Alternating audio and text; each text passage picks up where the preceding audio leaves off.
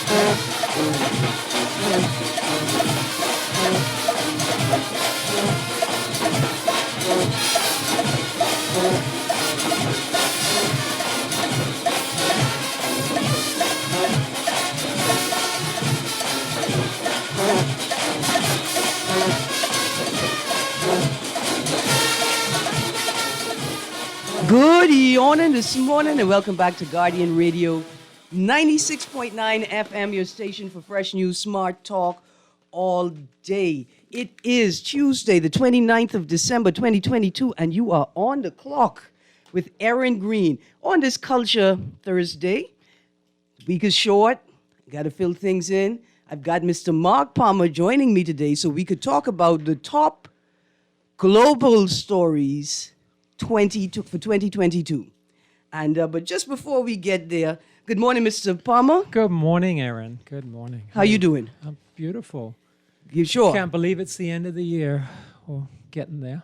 Almost there. Something. Absolutely. Wow, Sam Bankman-Fried didn't lend you any money, eh? You good?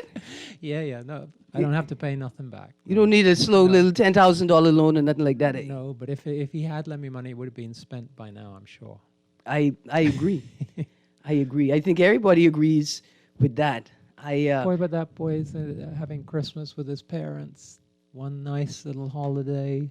That's good. Security. Tied. They should be tied to his mother's left leg. He got his laptop. No. See, this is it. That's why you should have kept him in a Bahamian prison. Mm-hmm. You know they ain't got no internet in there. That's true. I mean, that's not true, but still. Very inconsistent. He would have to floss his teeth with a plastic bag. Or learn to, right? Yeah, it may be a better practice. I'm very concerned, though. I'm very concerned because, I mean, we can get into it. Mm-hmm. But to touch on it right now, it's like,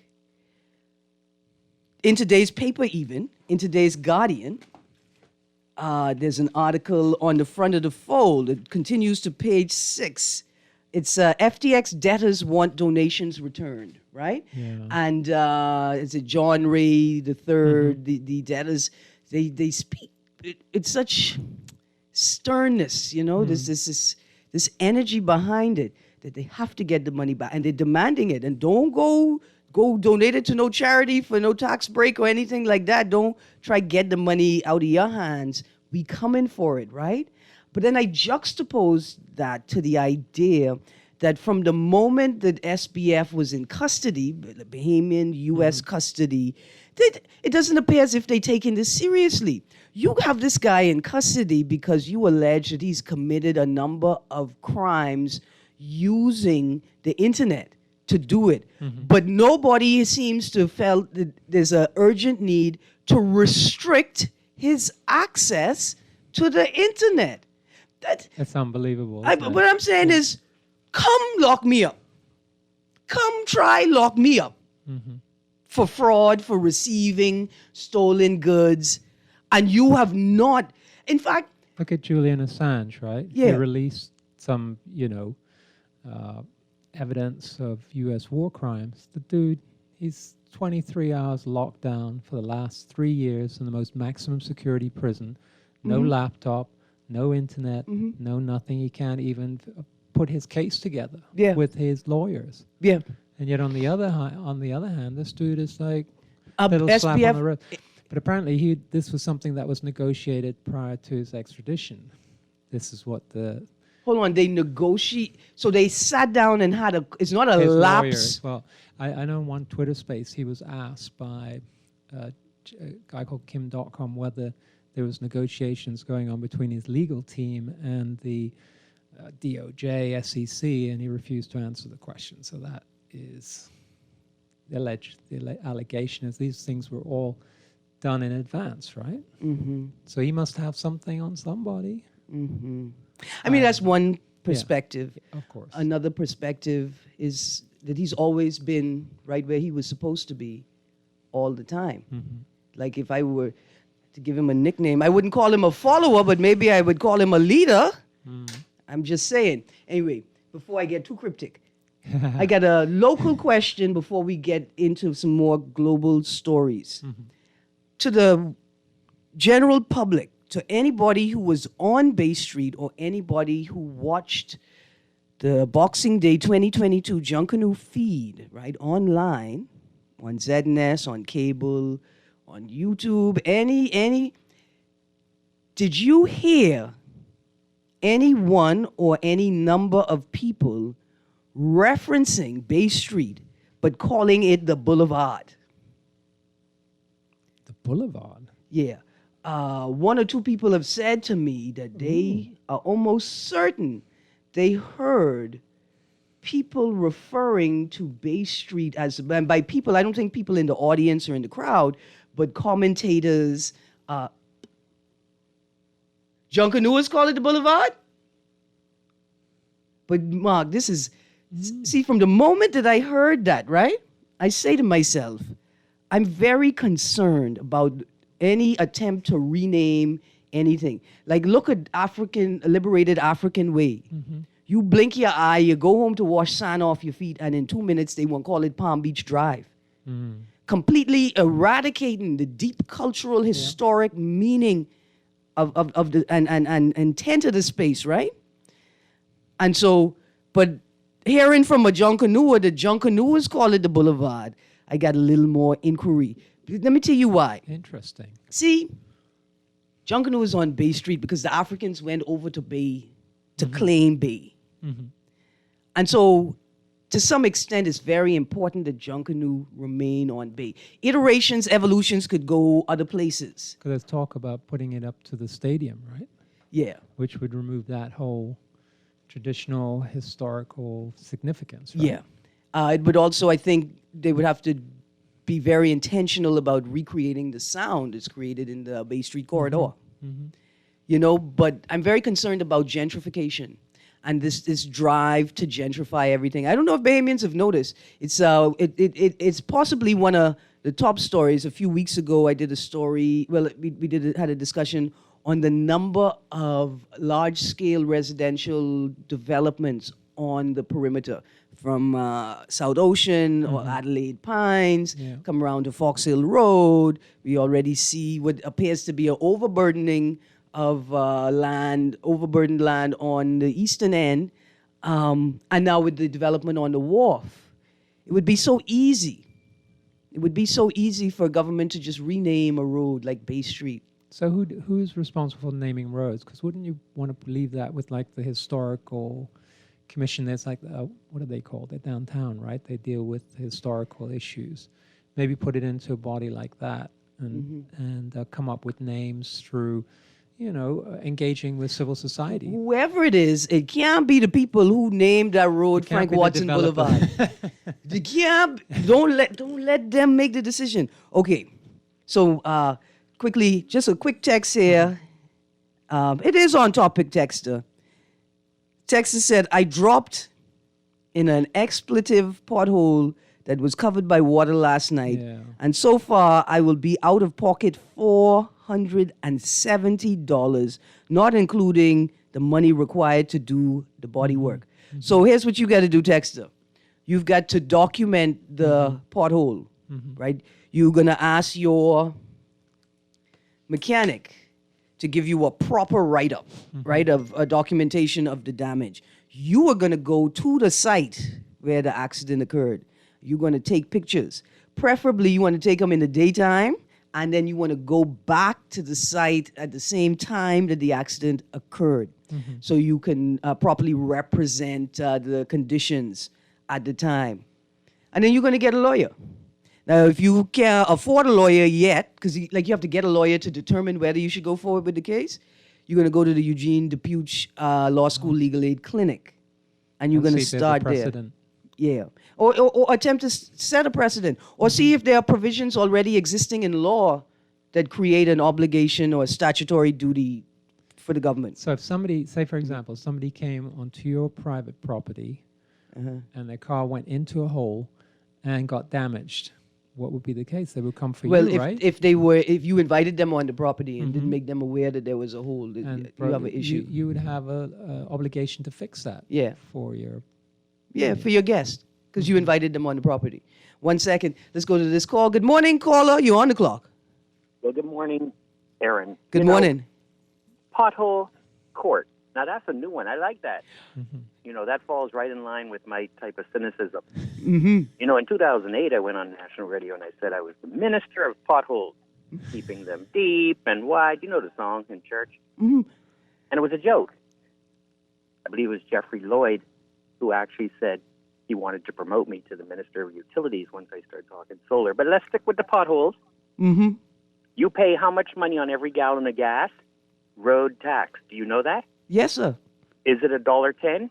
I can't remember. I don't have I'm not a real Yes, you pay participating member of society, Graham. Our gas should be cheap, but we pay a road tax that was implemented by the man in 1970s. I wouldn't call his name. Is that the one who wants to own the sun?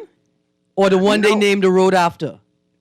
Yeah, the one they named the road after. I got you. Fox Hill. Yeah. And he was an honorable man, and he implemented that and said the roads would be streets of gold. Hold on, they named Bernard Road after Bernard Nottage? No, I ain't talking about that man. I'm talking about a road in the back of the prison.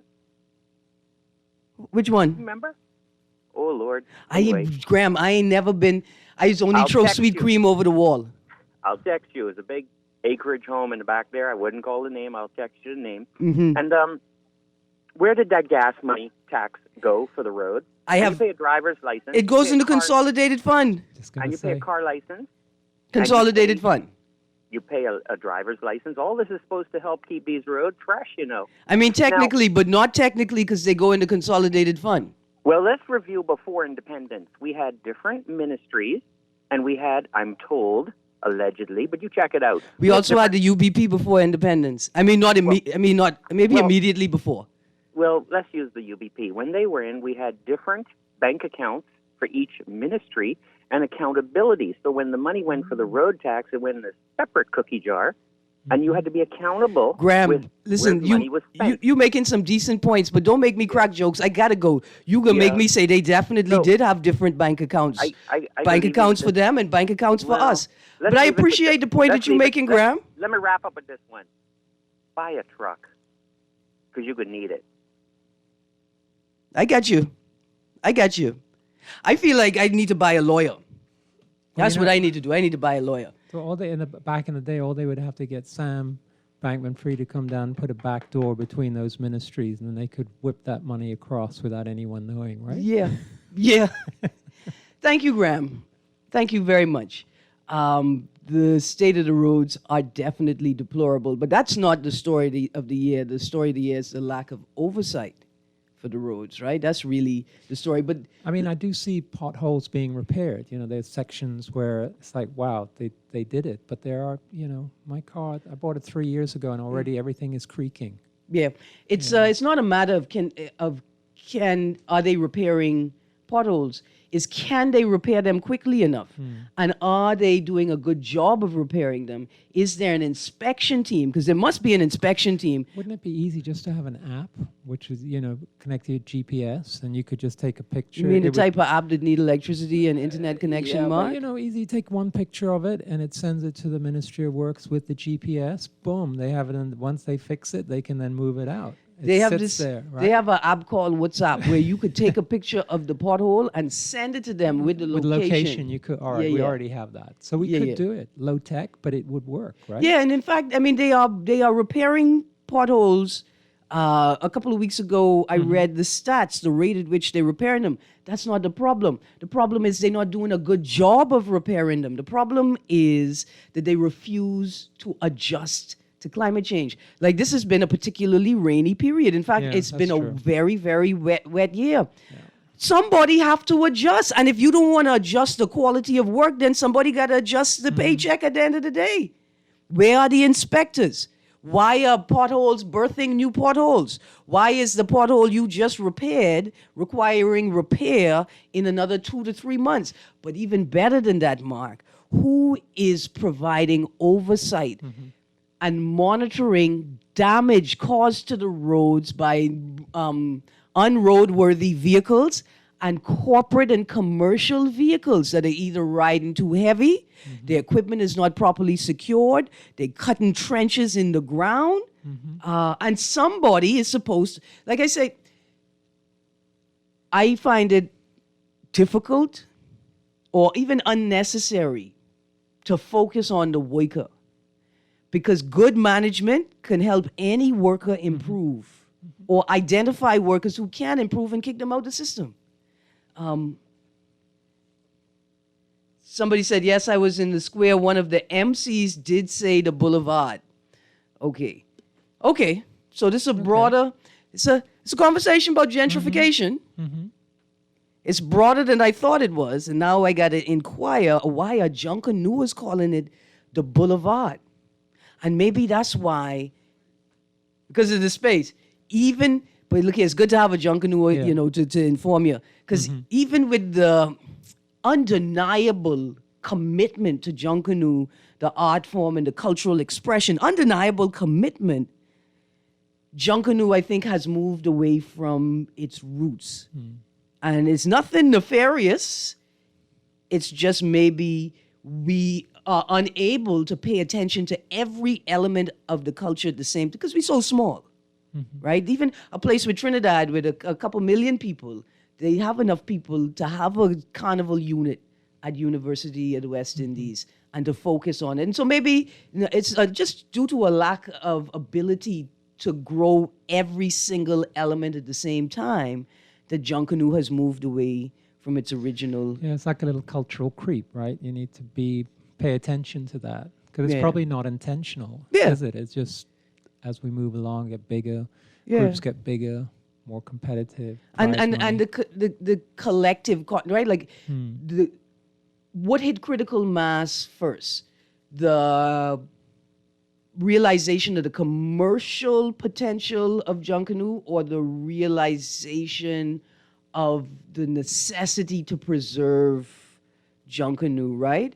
And I think that which occupies the most space is the sort of commercial, because we see it as perhaps the only avenue to grow it. Yeah. And we don't see practicing to preserve, right? Like practicing the old style to preserve it as an effective or efficient way to grow it and keep it sustainable. But you see, like in that space, if we had a unit at UE, at COUB, that's the space in which we would be interrogating all of these ideas, not necessarily forcing the Junkanooers to stop their work. Looking at options, different options for expansion. Yeah, for sure. Right, and it's something that the Research and Sustainability Unit at UB could take up right now with the Oral and Public History Unit at University of the Bahamas. It is such an important part of our culture. Yeah, without a doubt. Like conch, Yeah, just remember, I do the conking in Conch Nation. Okay, so here is a list. Let me give you the list, my list, and then you give me your list of what I think are some of the top stories for 2022. Well, let's start very close to home, unrest in Haiti. While Jovenel Moïse, the president of Haiti, was assassinated on the 7th of July, 2021. And we still don't know who did it, right? Right. Which is like a Kennedy situation. It's shocking. We don't know who's at the root of it, because I think they've determined that there was a Colombian military or mercenary unit responsible. But since then, unrest has escalated. And it's certainly, his assassination is certainly one of the causes of the escalation of migration to and through the Bahamas, right? And I thought that's a top story, because within there, we see the local employee of Bahamas Embassy in Haiti was kidnapped this year. It was not a Bahamian, and she was not kidnapped at the compound. It was in a residential area. And I think after a few months of negotiation, she was safely returned to her family. Another story related to the Haitian unrest is 17 dead after boat carrying Haitian migrants capsized in the Bahamas. And that headline is actually from the UK Guardian, not the Nassau Guardian, right? Word is spread. And then from there, I realized migration is a big global thing. And on this side of the world, we haven't really talked about the UK-Rwanda Migration and Economic Development Partnership. And I think that's extremely important. I thought for a while now, it's important for us to talk about that. And what has happened is that at that Summit of the Americas, I think the United States of America introduced its own U.S. Caribbean migrant plan, right? Where they, the language they use is temporarily holding migrants in a third country or expanding capacity at an existing facility at Guantanamo Bay in Cuba. And they use the term lily pad. They would designate these third countries that would hold them as lily pads, right? And I think the Bahamas did not sign on to that agreement, but I think it's fair to say that the Bahamas may have been a model for that agreement, right? And we may have been a lily pad before the terminology was turned into policy. I think that's a big story. Then global military conflict, but not just Ukraine.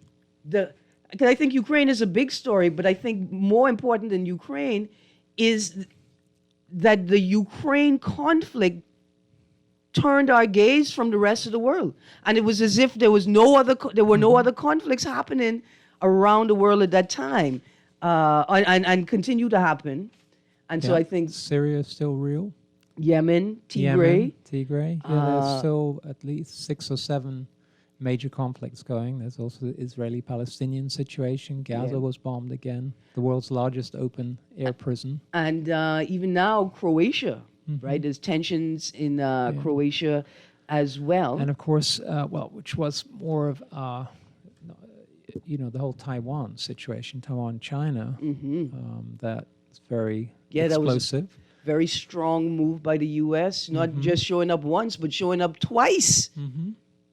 And what China says. What was interesting was just after that, they had an election. And it was very much for the one China policy. So the whole thing backfired. Pelosi's visit backfired because it actually galvanized the population to vote the other way, because they did not know how much they feel about their sovereignty. They did not want a big conflagration with their neighbor, and I think they were looking to Ukraine and seeing what could potentially happen to their country. And they moved in that direction. So maybe that was on purpose, or it was an unintended consequence. Very hard to tell, isn't it? And then a story: Zimbabwe bans raw lithium exports to curb artisanal mining. That's the headline, in case anybody wanted to look it up. Zimbabwe bans raw lithium exports to curb artisanal mining. That was in Reuters, right? And it's like the raw product. What's fascinating about this story is not just that it appears as if only a couple of Chinese mining operations will be exempted from the ban. Now, lithium can be exported in processed lithium, right? But the only people outside of Zimbabweans who will be able to mine are these 2 or 3 Chinese companies. That's not the most interesting part. The most interesting part is what happens to people who have lithium in their country. And we could see a few years ago. Put under a lot of pressure. In fact, just this year, Elon Musk, this is the headline, Elon Musk confesses to lithium coup in Bolivia. Now, let me tell you all something about global foreign politics and Bahamians. Economic hitman. You read the book, right? Yeah, yeah. Yeah, he came here, John Perkins. He came actually here about 4 years ago. Fascinating guy. I've just been listening to it again, how it works. But it's not just the U.S. Every country's doing this. But every major, China will be doing this in Africa. Maybe slightly different methods, but yeah, it's if you got assets, watch out. Somebody's going to come and help you make some decisions for your country that may not be the best interests of your people. Right. But I mean, listen, Trump, Biden, they could come here and say, but listen, Ms. Greene, we take in all these conch shell or we gonna have a problem, right? They could even send a Scaramucci to come look me in my face and say, look here, we want the thing, you know.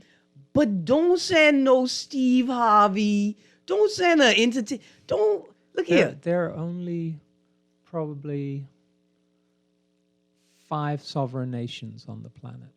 The rest of us are all singing to a tune, right? Whichever, if you're an African country, you're singing to a particular tune. But this is the best plantation to be on, Mark. You don't think the Bahamas, you don't think the Commonwealth of the Bahamas is the best plantation to be on? Because we don't have any. Well, we do. Well, actually, no, I'm not going to say anything. But yeah, but we think we are a sovereign nation, but we're not really. I ask people all the time, can you see the plantation through the palm trees? You know, anyway, dear U.S. government, don't mind the magnificence of conch shell. You know, just pretend like they don't exist, and me and you, we'll be fine. I thought all the conch shells were already hoovered up when Bahama was being built. Producer, you can't play conch, ain't got no bone for me, man. They surely did. Yeah. Dear Bahamians, if you're wondering why I'm talking about conch like this, go research it. There's a reason why some of us declare with pride that we are from Conch Nation. And in Conch Nation, we do the conching. I mean, research We've probably the got conch. the fastest conkers in the world, right? Yeah, People who could clean conch. crack conch. Yeah, like in 10 seconds. You should have Boom. been here for the king and the queen of the conch conversation. I had Dr. Nyambi Hall Campbell Dean and her husband, Popeye, the celebrity conch chef. I can't call him the celebrity conch. People may not understand the way I understand. But absolutely right. Absolutely right. Okay. Then, since we're talking about Elon, Elon buys Twitter. And then the global north tries to shut down Twitter and divest. But for me, that was the biggest story of the year. I know Ukraine was one. We could maybe talk a bit more about that later. But Elon Musk buying Twitter, and then the Twitter dumps. I don't know if our listeners have actually been watching, because it's been pretty much not, the mainstream media have completely ignored it. Oh, yeah. But they've been 8 Twitter dumps. And so when he bought it, he said he believes that he's a free speech absolutist. And he was going to look into Twitter and make sure that transparent. He was going to give independent journalists access to all the files and let them report. And 8 of them have already reported. And it's been shocking. And what was found is that Twitter, and this is not just Twitter, but all the other social media companies, were basically the propaganda arms of whatever U.S. government was in power, and the intelligence services. Social media. So, we thought Twitter was a town square where you could say, for example, Now, we could have a debate, etc., but it was being completely some of us thought that, propagandized. but some of us were already aware that Twitter was not the utopia. No, I know. that- I got banned and You then got banned? reinstated. Yeah. And reinstated. Yeah, and all I was doing was quoting CDC data, but it didn't Align with the it current aligned narrative. with what was the current narrative at the time. And what they found just a couple of days ago, I think it's Martin Zweig, he's an independent journalist, he released the COVID files. And it just showed that Twitter and the social media companies were just the marketing arm for the pharmaceutical companies or the government public health policy, and there was no debate. Anyone who had a contrary opinion was shadow banned, which meant that their tweets wouldn't get any reach or couldn't be shared. Martin Kulldorff was one of them. This dude is a professor at Harvard, one of the top guys in the world on epidemiology. In March 2021, he tweeted, he said, saying that you have to vaccinate everyone makes as little logical or medical sense as saying you have to vaccinate nobody. He said the only people that should really be vaccinated are people at high risk and their caregivers. Anyone with natural immunity doesn't need it, and neither do kids. For that, he got permanently banned. And so there was no debate. I'm not talking about a conspiracy theorist. I'm talking about some really serious people. And it looks like he's going to release the amount of scientists that was suppressed by Twitter, and it's probably in the thousands. I'm talking some really serious people like Robert Malone, Peter McCullough, who came here, top cardiologist in the world, top publisher on early treatments. And he was removed. And so that was shocking. I didn't realize how, because I had a sense that there was, censorship, but I didn't know how much. And I was talking to people I know in the past, and they said, no, there's no censorship. But of course you wouldn't know, would you? Right. But now it's coming out. And the mainstream, but what started it was the Hunter Biden laptop story, which was suppressed by the Democratic National Caucus, DNC, as well as the intelligence community in the States. This was absolute fact. They found Hunter Biden's laptop. It had a lot of incriminating information on it about influence peddling and, lots of dodgy things, which also implicated the big guy, POTUS. Now POTUS, Now POTUS. And it was suppressed. And in fact, the intelligence community came out and said it was Russian state propaganda. And they knew it wasn't. So this was a lie. And basically, Twitter helped to push that lie. And push Biden into the White House. So now, they did a survey. If you'd known about the Hunter Biden laptop story before the election, something like 16% of people who voted Democrat would have voted Republican. This was I don't know how accurate these polls are, but that's wrong. You can't be doing stuff like that. And, so thanks to Elon Musk, and this is happening on Facebook, YouTube, LinkedIn. And it's happening in the Bahamas as well, right? Well, he's saying the legacy media. So Martin Zweig, I think his name's Martin Zweig, he was saying, the whole idea with the legacy media would be the fourth estate would be press, a counter against excessive government power, which if you went back to the 60s, that's what the New York Times, the Washington Post did. They questioned the Vietnam War. Nowadays, the legacy media just is part of and shuts down anything that's not a part of the official or formal narrative. And my worry was, the whole Ukraine thing. We've been given one narrative.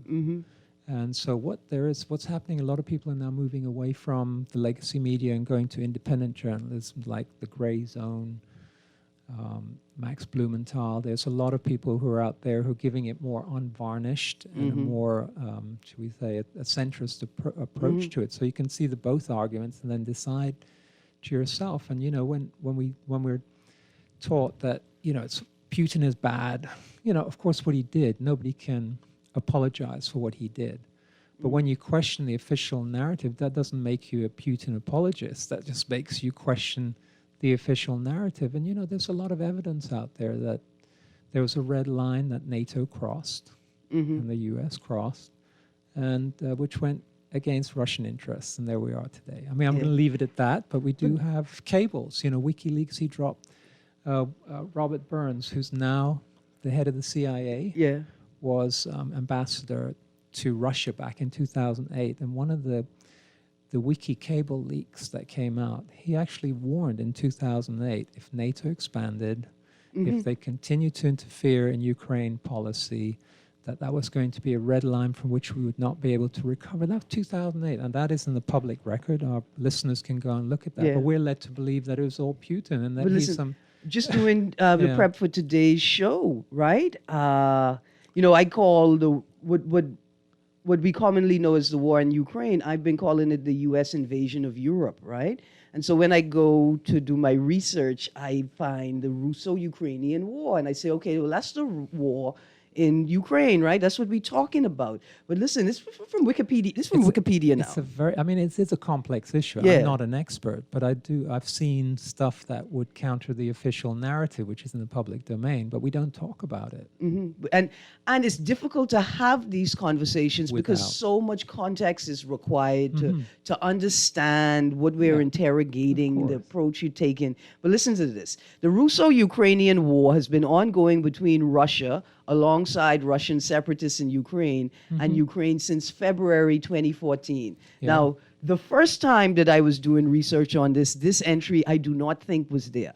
I'm not certain, but this is not what I read the first time, and it just seems to me how intentional it is to sort of paint this picture like that that any NATO or US engagement is actually a response to Russia, right, and not a threat against Russia. And so Well, the some Twitter. of them are a response. You know, the Minsk agreement that took place in 2014, Angela Merkel, who, you know, he's Chancellor of Germany, retired, she actually said that wasn't really a peace agreement. That was just 7 years to give the Ukraine time to build up their weapons to be able to withstand the attack that was coming, that they anticipated was coming at some point. But they knew it So- was coming because Ukraine actually, I think prior to these, So they had no intention of they went into this peace accord, the parties, they had no intention. And so, you know, that's shocking that it's all done. So we get this one narrative that, and then when you hear leaders, once they retire, they say they're a different story, right? Let me get to some text, and Go then for we it, get back to this story. I got a text that says, I'm a long-winded speaker, so I didn't really like to message with Twitter because they didn't give me room or space to explain my reasoning properly. It's not just that texter, right? Like Twitter is like a totally different space from Facebook. It's a totally different space from engaging people like in the office. What I wanted to say to you just now, give you room to explain your reasoning. The question is, are they really listening? Is Twitter more of a sounding board for some people?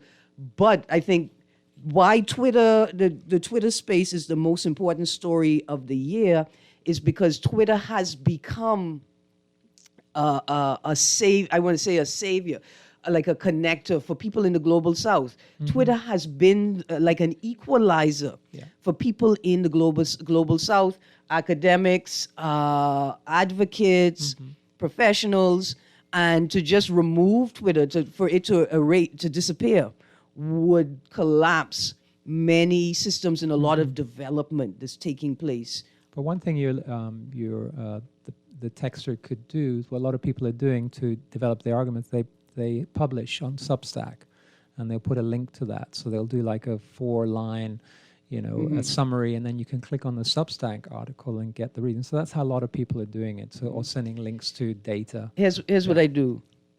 I think about the text, and then I break it down into reasonable chunks and label, and then you just label You go it. 1 and then 2. Yeah, and and then so 3. don't So worry that's the other way. about how long it is. Just break it up and get it out there. But the more you practice communicating in the space, the easier it'll get. I see producers that call. Is that line working? Good morning, caller. Well, Good morning, sir. How are you? hello, good morning, Miss Greene. How's everything? Everything is good. Hmm? Everything is good. Yeah, good. Hope you enjoyed yourself at the Junkanoo Parade. I had a ball a few moments. I was down there. They let you on base, Sparky? If they let me on I base, search you and send you home. I had costume. Oh. What? Anyway, if you come to Bay with your costume, ain't nobody could turn you away. I That's what I say. finally, now, see, I could say something Uh-huh. that, but they could get mad at me. I saw some people on Bay Street rushing with just jeans and T-shirts. Blasphemy. I was told that to enter the parade, if you didn't have tickets to sit in the beaches, you had to have on a costume. That's the rules of Junkanoo. Listen, I thought you had to have great people to I'm get on Bay going to Street. get, if you give me a moment, I'm going to get to Ukraine in a minute, but I just wanted to clear up this thing. I was told in my 64 years ago in the Junkanoo that to enter the parade and participate, you must have a costume in some way, either decorated or fringe. Rules, right? Yeah? Now, other than that, the police be crowded up in the front of the people, so people who pay the horse jungle can hardly see. And then you have the press; they got their badges on to notify that they are the press. Mm-hmm. And then you got the marshals and the judges. Mm-hmm. Those are the people that don't need uniform costume because they have badges to say who they are. Anybody else participating in rigging cowbell and everything supposed to have one costume, right? So you're saying people were rushing without a costume on? They was rushing without a costume. Yeah, they was rushing for the valley? They was rushing without the costume. In fact, Junkanooers will not snitch on each other. I love it. That's for a group or now by you can go themselves? back and look at the Junkanoo and you'll see people rushing in jeans and T-shirt with not a piece of trade paper or no glitter or no feather. I got you. Okay, just look at it, and I can say, if I say something, they get mad at me. But anyway, back to the Ukraine and the wars and so forth that we see already proliferated throughout this world, and for a reason people don't seem to admit, they keep wars going on because it's big business. Mm-hmm. Yeah, man. Amen. They don't care Endless if women war. and children and sick people in a hospital get killed or bombed or nothing. And you haven't noticed when the war's going on, the war never take place where the capital palace is of the president or the king. Mm-hmm. You know bombs don't flying over where Putin living or where the president of Ukraine living. The war and the bombs that they dropping on hospitals Mm-hmm. where sick people are in the hospitals. Where schools, where children, little innocent children go into schools, Mm-hmm. where people are living, mothers and people who are not in the war are living. Those are the people that are constantly being killed all over the world, and these wars are being funded by the bigger nations in the world who call themselves Christians and different religions. America is one of the biggest funders of war. They just passed something the other day where Biden said they sent $1 billion to Ukraine to assist them in more ammunition and everything. The ammunition, the jets, the guns, the bombs, the bullets, everything is made in American factories, providing jobs for Americans. It keeps the war going on because there's big business. They don't care. Nobody who gets killed, who ain't do nothing, who ain't pick up a gun to fight nobody, they can't even tell you what they fighting for. And then you see, if this war ever is completed, another war will be starting somewhere else. Because every jet they make in a factory, you can't put it in a warehouse. They want that jet to be up in the air. When that jet is up in the air, they want it to be loaded with bombs. So when they drop a bomb, they got to put another bomb in there because they're making the bombs to sell. Thank you, Sparky. It's a business. Yes, sir. Mm-hmm. It is. Agreed. Listen, thank you, Sparky. And I appreciate that. Like, we not going to study war no more. But you know what? The amazing thing, Erin, is that the Pentagon, right, has failed its last 5 audits. The last audit, they could not tell you where $2,000 million worth of their assets Remember the were. one when Rumsfeld had to announce that there was trillions missing? Can And you then the imagine if Pentagon it got hit with a plane like a couple days later? Imagine your little farm, right? Didn't get the audit, but they Listen, still don't give talk you my money. business. Don't talk my business. But they fail the audit, right? Yeah. They can't account for. I'm talking trillions of dollars, right? Yeah. And yet they still give them more money. Both Yeah. the Democrats and I'm Republicans. trying to become a politician too, Mark. Why you breaking where the the hustle? all Okay, right, listen, let's get I to hear some you. text. Now, Mark, this text is a bit rude. It says, Erin, tell your Republican. I'm not a Republican. It gets worse. Yeah. Fool, as your co-host, the Trump ain't coming back and his FNM out of power. Stop trying to criminalize Biden. He gave stellar service 50 years. First of all, Stella is spelled S-T-L-L-A. Why you defaming this man's character. Stella is not his wife's name. It's a logical fallacy, ad hominem, right? Yeah, but that ain't Yeah. his wife's name. I don't know if they've been married 50 years. Yeah. But that's the only. Anyway, But first of all, this is the tribal nature of it. Yeah. You're either FNM, PLP, right? or Republican or, Or Democratic. Republican and Democrat. And that's the political culture. And And, that's that's what what we're it trying to is. break through. And to be honest, in the Bahamas, we probably have, about 30% diehard FNM, probably about 30%, maybe 35% diehard PLP. Well, all those people have no principles, right? Because what is good for their party ain't good for the other parties. If the other guy does foolishness, they're going to call it out. Now, But mind if you, they- the F&M can tell you, listen, 40,000 of us stayed home because we weren't prepared. I mean, I just pulled that number off the top of my head. I'm more But into it was critical significant. thinking than tribalism, because the tribalism is killing us. Yeah, it is. It's But killing listen, us. I It's get it. exactly what this guy, I'm no Republican, I'm no Democrat, I'm no FNM, If I'm he no ain't even an PLP. American, he can't vote. He can't register the party. I mean, it's, Yeah. you know what I'm saying. Yeah, It's yeah. all tribalism, and it doesn't help. Let's get back to the text. Erin, effective immediately, we can start a love offering to assist singing bishop with paying back the $50,000 because we don't want him stressed out. Listen, So, Erin, how are they going to do this? How are they but gonna they're going to do it like our- this. They're going how- to take the money from the Democratic PACs, and they can take the money from the Republican PACs and the Democratic Party and the Republican Party first. Mm-hmm. That's how they could do it. They could do it and once they've completed that task, then they could come to us and ask us about charitable donations. Like I could see saying, look, any investments in businesses, any properties purchased, except pause on the properties purchase part. We want money back as much as we can. But charities? I mean, if you took money in good faith for a company that appeared to be not breaking the law, Yeah. and And then Bill Clinton and Tony Blair came and sat with the boy and smiled and Right. had tea and crumpets with him. it's not like if you have a feeling that there's something funny going on, and that was only happened in November, right? Yeah. November, when that whole Binance thing hit.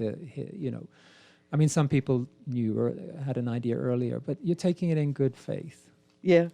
There has to be a law that protects somebody for taking money in good faith. Not the not. Well, yeah, Not that's a political different- parties, Not political but- parties, right? But yeah, But- absolutely. But lend a hand, or whoever, the fee, Hands for Hunger, all those Yeah, people are and- doing fantastic work.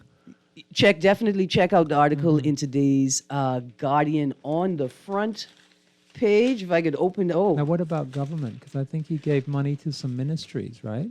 maybe I So think what in is the article, right, what's Yeah. the procedure there? Should the government have and for the sake of strengthening the DARE Act or future regulations, right? Like, should donations be held in escrow for one fiscal year before they can be used, so audits can be completed, Yeah. and that money is signed off on as good money. But Mark, we If I buy a car from you for $2,000 car for $750, I know something's wrong, right?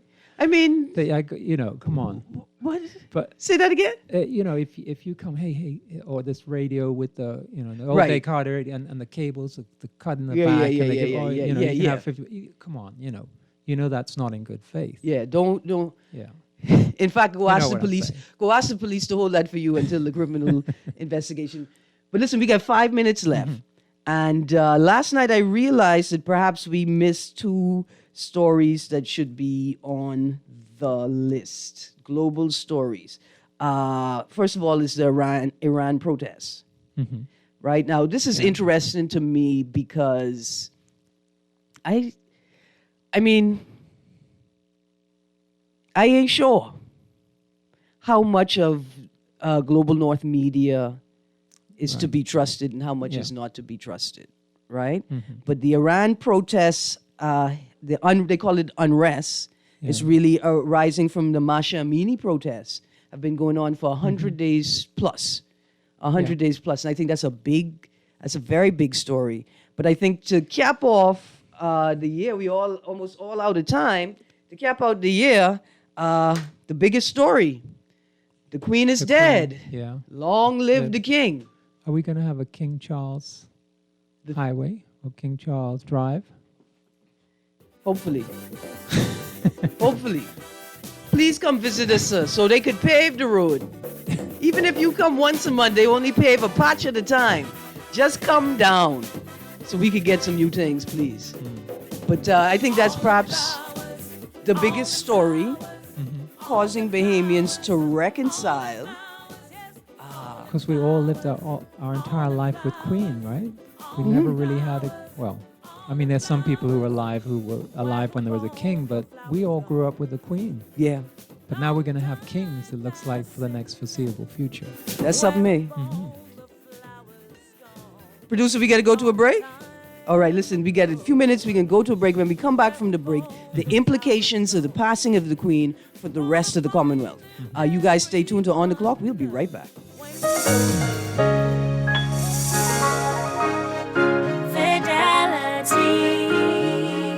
We're good for you.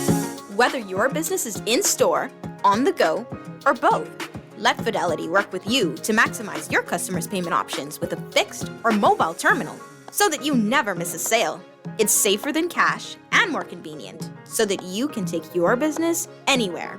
For details, contact a business development officer today at 356-7764 in Nassau or 352-6676 in Freeport, or visit our website at fidelitygroup.com. Fidelity, we're good for you.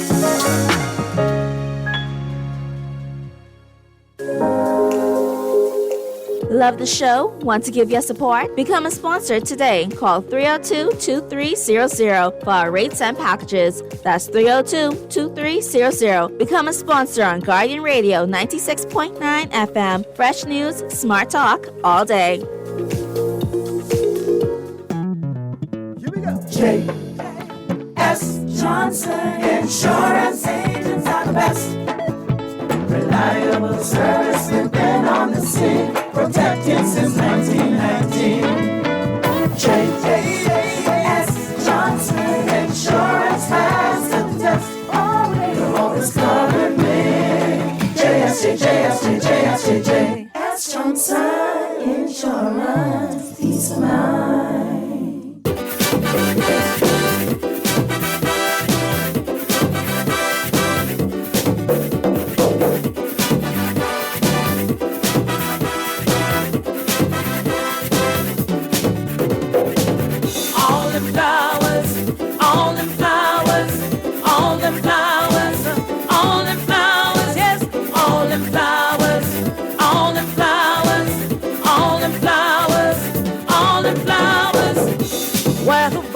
The flowers gone.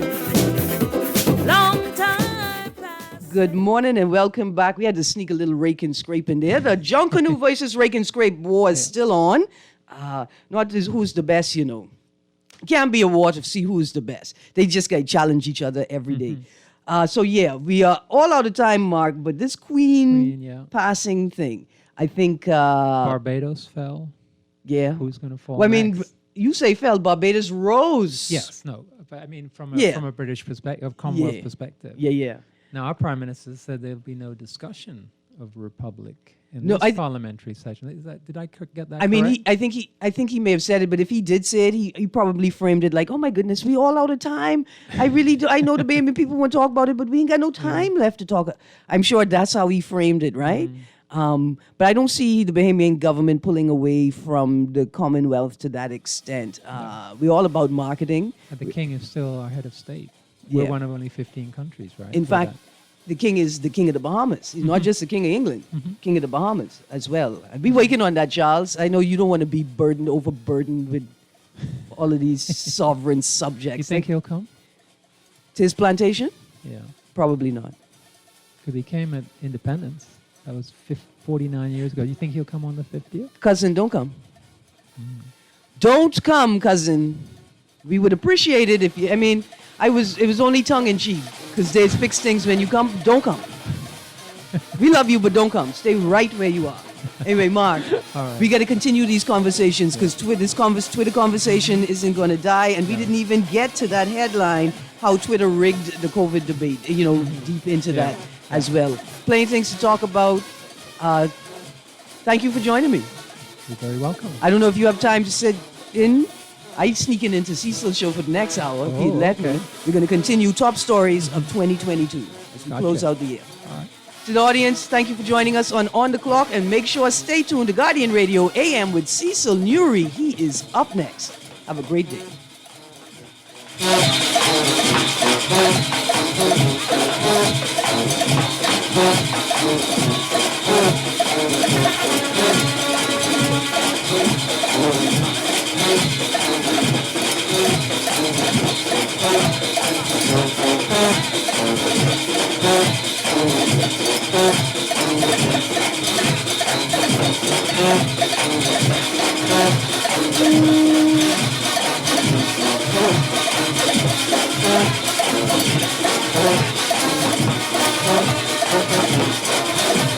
This is Guardian Radio 96.9 FM, Nassau, Bahamas.